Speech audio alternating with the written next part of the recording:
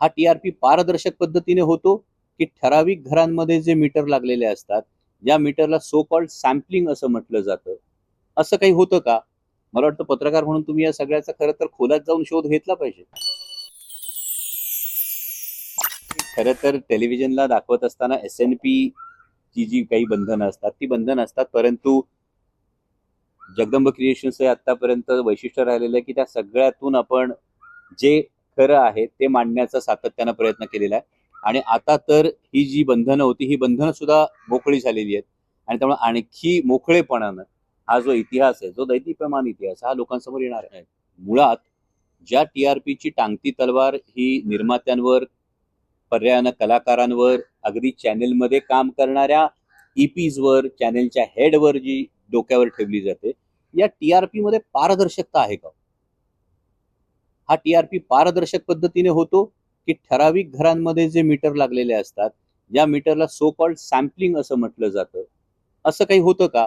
मला वाटतं पत्रकार म्हणून तुम्ही या सगळ्याचा खरं तर खोलात जाऊन शोध घेतला पाहिजे की असं काही घडतं का? कारण काही गोष्टी कानावर ज्या येतात त्या अशा येतात की ठराविक घरांमध्ये असणाऱ्या मीटर्सवर ही गोष्ट काउंट होते आणि मग ठराविक दिवस जर बघितले तर त्या दिवशी अचानक सगळ्यांचा टीआरपी कमी होतो आणि या एका रेसमध्ये आपण धावतो. दुसरा फार महत्वाचा मुद्दा टेलिव्हिजन इंडस्ट्रीच्या बाबतीमध्ये जो काळजीचा आहे आणि तो म्हणजे मी सुरुवातीला जसं म्हणालो, याची आर्कायव्हल व्हॅल्यू, याची डबिंग व्हॅल्यू, याची परसेप्शन व्हॅल्यू. देशामध्ये कॉपीराईट आणि इंटेलेक्च्युअल प्रॉपर्टी राईटचा कायदा आहे. पण हा कायदा असताना सगळ्या एंटरटेनमेंट चॅनलच्या कॉन्ट्रॅक्ट जे प्रोड्युसर बरोबर होतात, यामध्ये all rights for perpetuity for all the media हे क्लॉज लिहिलं जातं. म्हणजे म्युझिक इंडस्ट्रीचा जर आपण विचार केला तर म्युझिक इंडस्ट्रीमध्ये आयपीआर जे आहे, इंटेलेक्च्युअल प्रॉपर्टी राईट्स आहेत, जे जावेद अख्तर साहेब जेव्हा राज्यसभेत होते तेव्हा म्युझिक इंडस्ट्रीसाठी या गोष्टीचा मोठा फायदा झाला. परंतु टेलिव्हिजन इंडस्ट्रीमध्ये अजूनही आयपी राईट्स हे निर्मात्यांकडे नसतात, नाहीत. हे अत्यंत दुर्दैवी आहे आणि याचं एक महत्वाचं कारण असं आहे की जेव्हा ब्रॉडकास्टर्स फेडरेशन जी प्रेझेंट करते सरकारला, केंद्र सरकारच्या मते ज्याला आपण निर्माता समजतो तो निर्माता नाहीये. केंद्र सरकारच्या मते जी वाहिनी आहे ती फक्त निर्माता आहे आणि त्यामुळे या वाहिन्यांकडून हे संपूर्ण एक्सप्लॉयटेशन, एका अर्थी पिळवणूक ज्याला आपण म्हणू शकतो, तशा पद्धतीची ही गोष्ट घडते. केवळ हे कलाकारांचं, निर्मात्यांचं नाही. म्हणजे एखादा कलाकार एक भूमिका करतो, त्याला पर डे वर काम केलं जातं, तो त्या मराठी चॅनलवरती भूमिका करतो, त्याला पर डे कुठला मिळतो? त्या दिवसाचा मिळतो, बरोबर. त्यांनी ती मराठी सिरियल केली म्हणून मिळतो. मग ती सिरियल जेव्हा हिंदीमध्ये डब होते त्याचा रेव्हेन्यू वाहिनीला जातो ना. मग त्या कलाकाराला काय मिळतं? ज्या लेखकाने ती लिहिली, ज्या निर्मात्याने ती केली, त्याला काय मिळतं? त्यांना काहीही मिळत नाही यामध्ये.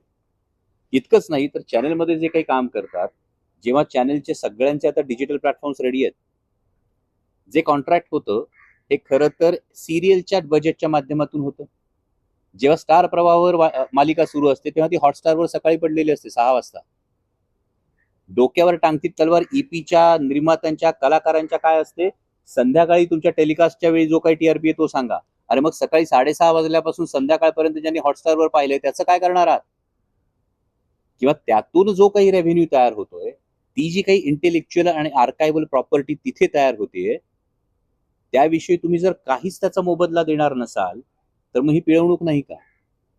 मग तीच गोष्ट झी 5 ची होते, तीच गोष्ट वूडची होते. मग या सगळ्यावर फार महत्वाचा भाग येतो, तो म्हणजे याचा आयपी काय, याची आर्कायव्हल व्हॅल्यू काय. आणि त्यामुळे तुम्ही जो मुद्दा मांडला, हा मुद्दा खरं तर पार्लमेंटमध्ये लवकरच हा उपस्थित करतो, कारण या अनुषंगानं या अनेक गोष्टी मी पार्लमेंटमध्ये आतापर्यंत मांडायला सुरुवात केली, ज्या कमिटी मीटिंगमध्ये असतात, ज्या खुलेपणानं नेमकं काय मांडलं ते सांगता येत नाही त्याच्या क्लॉजेसनुसार. पण होय, याविषयी नक्कीच हा आवाज उठवला जाईल, जेणेकरून ओव्हरऑल इंडस्ट्रीला जो फायदा होतो. म्हणजे जेव्हा तुम्ही मनी हाइस्ट सारखी सिरीज येते आणि त्याविषयी ती अनेक भाषांमध्ये डब होते आणि मग त्यामध्ये त्याचं काय, तिथले कलाकार असतील, तंत्रज्ञ असतील, त्यांचं काय भलं झालं हे तुम्ही बघता. मात्र आपल्याकडे तसं घडत नाही. याचं कारण, मूळ कारण हे आहे आणि हे केवळ मराठीसाठी नाही, हे हिंदीसाठी सुद्धा आहे. त्यामुळं आयपी इज नॉट रिस्पेक्टेड, हे अत्यंत विदारक सत्य आता आपलं. आणि त्याचबरोबर जेव्हा सावित्रीबाई ज्योतिराव फुले ही मालिका इतर भाषांमध्ये जेव्हा डब होणार आहे, हिंदी, इंग्रजी, तमिळ, तेलुगू, बंगाली, तेव्हा मी आत्ताच सांगतोय की माझे जे कलाकार आहेत, लेखक आहेत, तंत्रज्ञ आहेत, त्यांना त्या रेव्हेन्यूचा एक शेअर हा मिळणार आहे. म्हणजे जर मी एखाद्या गोष्टीवर आक्षेप घेतोय तर त्या गोष्टीची सुरुवात मी माझ्यापासून करणं हे गरजेचं आहे की ही मालिका जेव्हा इतर भाषांमध्ये डब होईल त्याचा जो एक रेव्हेन्यू शेअर असेल हा माझ्या लेखकांना, माझ्या कलाकारांना, माझ्या दिग्दर्शकांना, माझ्या तंत्रज्ञांना, हा सगळ्यांना जाणार. मला वाटतं हे येणारा काळ ठरवेल. खरं तर हा वाहिनीचा विरोध नाही किंवा वाहिनीच्या विरोधात जाऊन काहीतरी करतोय अशातलाही भाग नाही. वाहिनीने मला ऑफिशियली सांगितलं की आम्ही ही मालिका बंद करतोय. हा माझा निर्णय आहे. महाराष्ट्रभरातल्या मायबाप जनतेची जी इच्छा आहे, ती भावना जी आहे की आम्हाला हा इतिहास बघायचा आहे, तो आम्ही समोर घेऊन येतो. त्यामुळे हे वाहिनीच्या विरोधात आहे किंवा असं काही आहे अशातला कुठलाही भाग नाहीये. किंबहुना मी स्टार प्रवाह वाहिनीचं मनापासून आभारच मानेन. कारण आत्ता ज्या सगळ्या सासू सुनांच्या ज्या काही मालिका सुरू होत्या यामध्ये स्टार प्रवाहाने जानेवारी महिन्यामध्ये मी सावित्रीबाई ज्योतिराव फुले या विषयाला हात घालण्याचं धाडस दाखवलं. आणि मग वाहिनीचे प्रमुख सतीश राजवाडे असतील, आमचे ईपी अभिजित खाडे असतील, कौस्तुभ बेडेकर असतील, ही सगळी मंडळी ठामपणे उभी होती. पण जेव्हा कॉर्पोरेटचा निर्णय होतो, तो कॉर्पोरेटचा निर्णय या भावनेवर होत नाही, तो आकड्यांवर होतो. आणि त्यामुळे कदाचित या आकड्यांमध्ये जसं मी म्हणालो perception value, archival value, dubbing value या गोष्टी कदाचित कन्सिडर झाल्या नसतील. पण त्यामध्ये ही सगळी जी मंडळी आहेत, स्टार प्रवाहामध्ये असणारी मंडळी, या सगळ्यांचं योगदान आहेच ना हा विषय समोर आणण्यामध्ये. त्यामुळे त्यांच्याविषयी कुठलाही आकस नाही, त्यांच्याविषयी कुठलाही रोष नाही आणि त्यामुळे त्यांचाही काही विरोध असेल असं मला वाटतं.